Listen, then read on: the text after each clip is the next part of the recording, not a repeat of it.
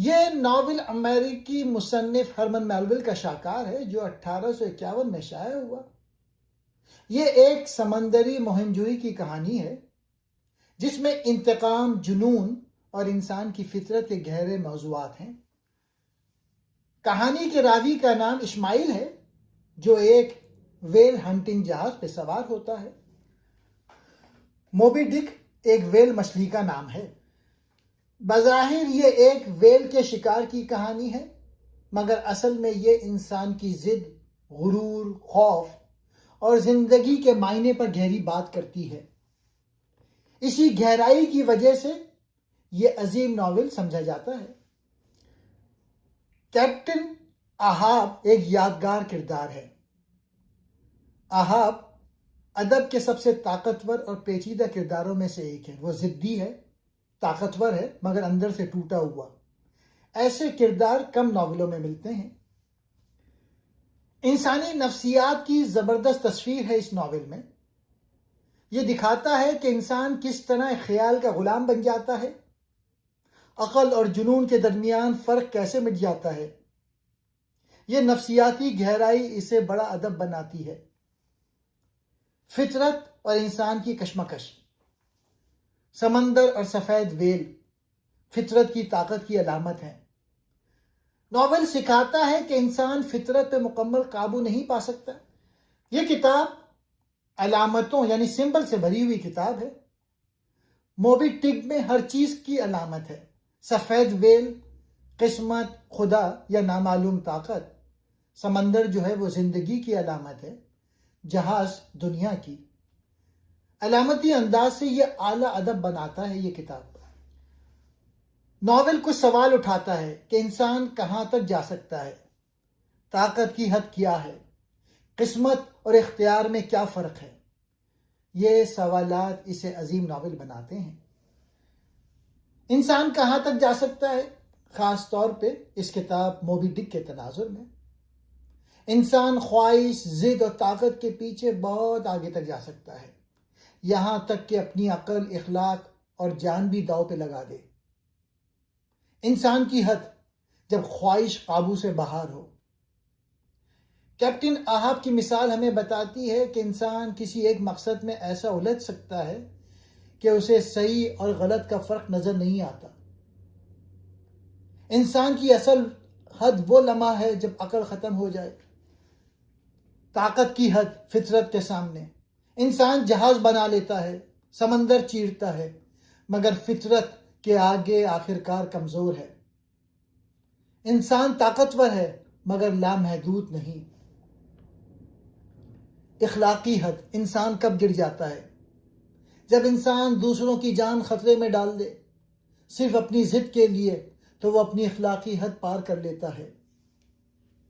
علم اور غور و فکر کی حد۔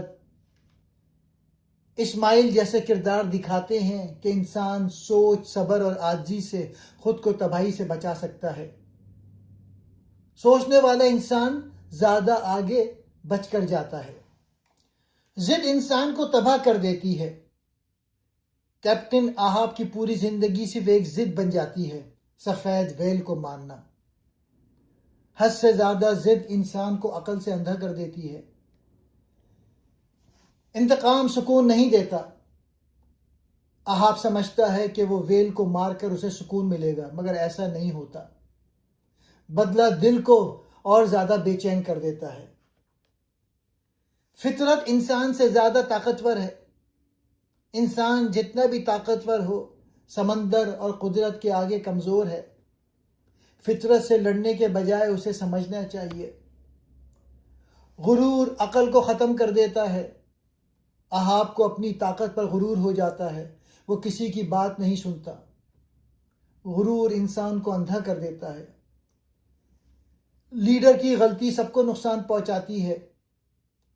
اہاب کی غلط قیادت سے پورا جہاز اور عملہ تباہ ہو جاتا ہے۔ لیڈر کا کردار بہت ذمہ دارانہ ہونا چاہیے۔ انسان اپنی خواہشات کا غلام بن سکتا ہے۔ اہاب ویل کے پیچھے اس حد تک چلا جاتا ہے کہ سب کچھ بھول جاتا ہے۔ خواہشات پر قابو نہ ہو تو انسان خود کو برباد کر لیتا ہے۔ عقل اور صبر نجات کا راستہ ہے۔ اسماعیل غور و فکر کرنے والا کردار ہے، اس لیے وہ بچ جاتا ہے۔ عقل، صبر اور توازن انسان کو بچاتے ہیں۔ ہر طاقت دشمن نہیں ہوتی۔ ویل فطرت کی ایک مخلوق ہے، مگر احاب اسے ذاتی دشمن بنا لیتا ہے۔ ہر مشکل کو دشمن سمجھنا غلط ہے۔ تنوع اور انسانیت کی اہمیت۔ جہاز پہ مختلف قوموں کے لوگ ہیں، سب ایک ساتھ کام کرتے ہیں۔ انسانیت رنگ، نسل اور قوم سے بڑی ہے۔ انجام ہمیشہ اعمال کے مطابق ہوتا ہے۔ احاب کا انجام اس کی ضد اور غرور کا نتیجہ ہے۔ جو بوئے گا وہی کاٹے گا۔ کہانی کے راوی کا نام اسماعیل ہے، وہ نیو یارک میں رہتا ہے اور زندگی سے تنگ آ کر سمندر پر ویل یعنی بڑی مچھلی کے شکار کے سفر کرنے کا فیصلہ کرتا ہے۔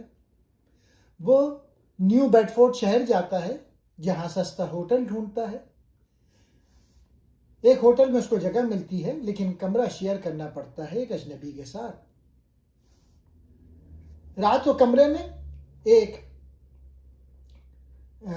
جس سے وہ کمرہ شیئر کرتا ہے وہ آدمی نظر آتا ہے۔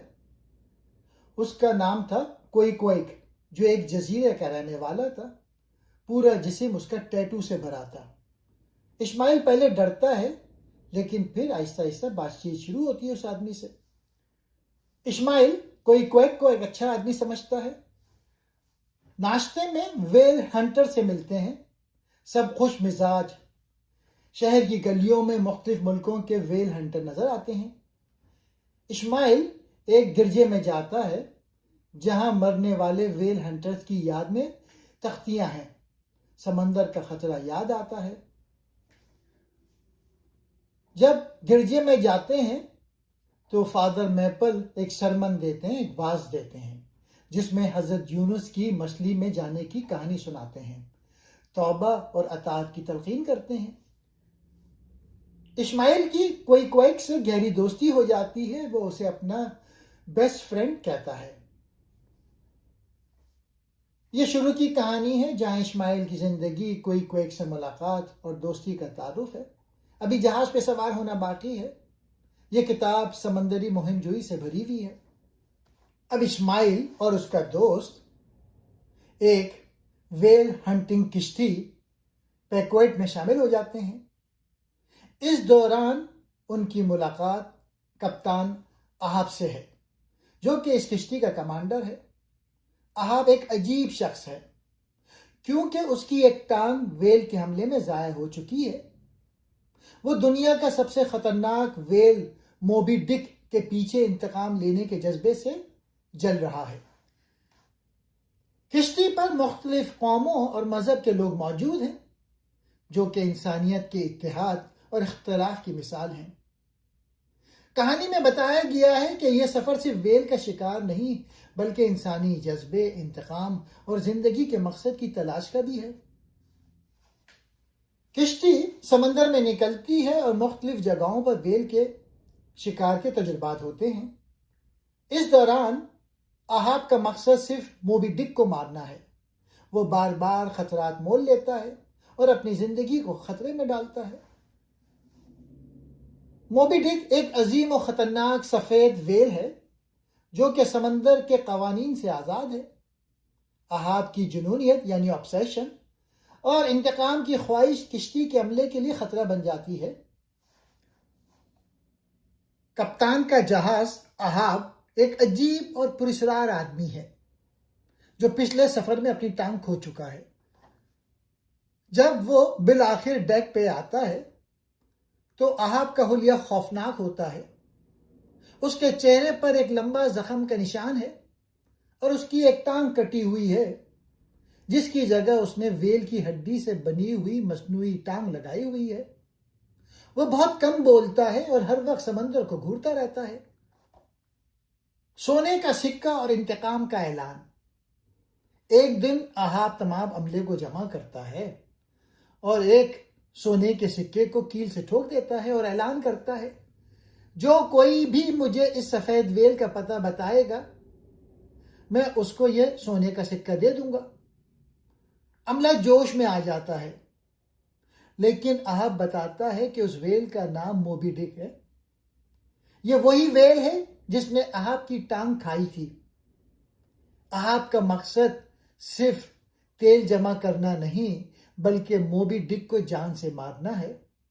یہ ایک کاروباری سفر نہیں بلکہ ایک انتقامی مشن ہے۔ اسٹار بگ کی مخالفت۔ جہاز کا نائب کپتان اسٹار بگ ایک سمجھدار اور مذہبی آدمی ہے۔ وہ اہاب کو سمجھاتا ہے کہ ہم یہاں ویل کا تیل بیچ کر روزی کمانے آئے ہیں، کسی جانور سے بدلہ لینے نہیں آئے، کیونکہ جانور میں عقل نہیں ہوتی کہ وہ دشمنی رکھے۔ لیکن اہاب اس کی بات رد کر دیتا ہے اور کہتا ہے کہ موبی ڈک صرف ایک مچھلی نہیں بلکہ میرے لیے تمام برائیوں کا نقاب ہے۔ موبی ڈک کی تلاش۔ یہ جہاز دنیا بھر کے سمندروں کا سفر کرتا ہے۔ راستے میں وہ کوئی عام ویلز کا شکار کرتے ہیں، تیل نکالتے ہیں اور کام جاری رکھتے ہیں۔ لیکن اہاب کی نظریں صرف سفید ویل پہ جمی ہوتی ہیں۔ وہ راستے میں ملنے والے ہر دوسرے جہاز سے ایک ہی سوال پوچھتے ہیں، کیا تم نے سفید ویل کو دیکھا ہے؟ کچھ جہازوں نے اسے دیکھا ہوتا ہے اور وہ موبی ڈک کی تباہ کاریوں کی کہانیاں سناتے ہیں، لیکن اہاب کا جنون اور بڑھتا جاتا ہے۔ وہ اپنے عملے کی حفاظت کی پرواہ کرنا چھوڑ دیتا ہے۔ 3 دن کا شکار۔ آخر کار وہ منوس گھڑی آ جاتی ہے۔ موبی ڈک نظر آ جاتا ہے۔ یہ ایک پہاڑ جیسی بڑی اور خوفناک سفید ویل مچھلی ہے۔ یہاں سے 3 دن کی جنگ شروع ہوتی ہے۔ پہلا دن، اہاب اپنی کشتی میں بیٹھ کر موبی ڈک کا پیچھا کرتا ہے۔ موبی ڈک ان کی کشتی کو ٹکڑے ٹکڑے کر دیتی ہے، لیکن اہاب بچ جاتا ہے۔ دوسرا دن، دوبارہ حملہ کیا جاتا ہے۔ موبی ڈک پھر سے شکاری کشتیوں کو تباہ کرتی ہے۔ رسیوں میں الجھ کر اہاب کی مصنوعی ٹانگ ٹوٹ جاتی ہے، لیکن وہ ہار ماننے کو تیار نہیں۔ تیسرا دن، آخری معرکہ۔ اسٹار بگ جو کہ نائب کپتان ہے، اہاب سے آخری بار التجا کرتا ہے کہ واپس چلو، یہ خودکشی ہے۔ لیکن اہاب کہتا ہے کہ اس کی قسمت لکھی جا چکی ہے۔ تیسرے دن موبی ڈک غصے میں بپھر جاتی ہے۔ وہ کشتیوں کو چھوڑ کر سیدھے پیکوٹ جہاز، بڑے جہاز پہ حملہ کرتی ہے اور اپنے ماتھے کی زوردار ٹکر سے جہاز کا پہندہ توڑ دیتی ہے۔ جہاز ڈوبنے لگتا ہے۔ اہاب جو ابھی چھوٹی کشتی میں ہے، موبی ڈک پر اپنا آخری نیزہ مارتا ہے۔ نیزہ ویل کو لگ جاتا ہے، لیکن ویل تیزی سے غوطہ لگاتی ہے۔ نیزے کے ساتھ بندھی ہوئی رسی تیزی سے کھلتی ہے اور بدقسمتی سے اہاب کے گلے میں پھنس جاتی ہے۔ اہاب ایک ہی جھٹکے میں کشتی سے اڑتا ہوا سمندر میں کھینچ لیا جاتا ہے اور ویل کے ساتھ ہی غائب ہو جاتا ہے۔ جہاز مکمل طور پہ تباہ ہو کر ٹوٹ جاتا ہے۔ پورا عملہ بشمول اسٹار بگ سمندر میں غرق ہو جاتے ہیں۔ صرف ایک شخص بچتا ہے، وہ اسماعیل ہے۔ اس طرح یہ عظیم داستان ختم ہوتی ہے۔ اہاب کا انجام، اس کا تکبر اور فطرت سے جنگ کا جنون اسے لے ڈوبا۔ اس نے موبی ڈک کو نہیں مارا بلکہ موبی ڈک یعنی فطرت نے اسے مٹا دیا۔ اسماعیل کی بقا۔ اسماعیل اس لیے بچ گیا کیونکہ وہ صرف ایک مشاہدہ کرنے والا تھا۔ اس کے اندر ویل مچھلی کے لیے نفرت نہیں تھی بلکہ وہ قدرت کے رازوں کو سمجھنے کی کوشش کر رہا تھا۔ یہ کہانی ہمیں سکھاتی ہے کہ انسان اپنی ضد میں آ کر سب کچھ تباہ کر سکتا ہے، اور یہ کہ قدرت کے سامنے انسان ہمیشہ بے بس ہے۔ شکریہ۔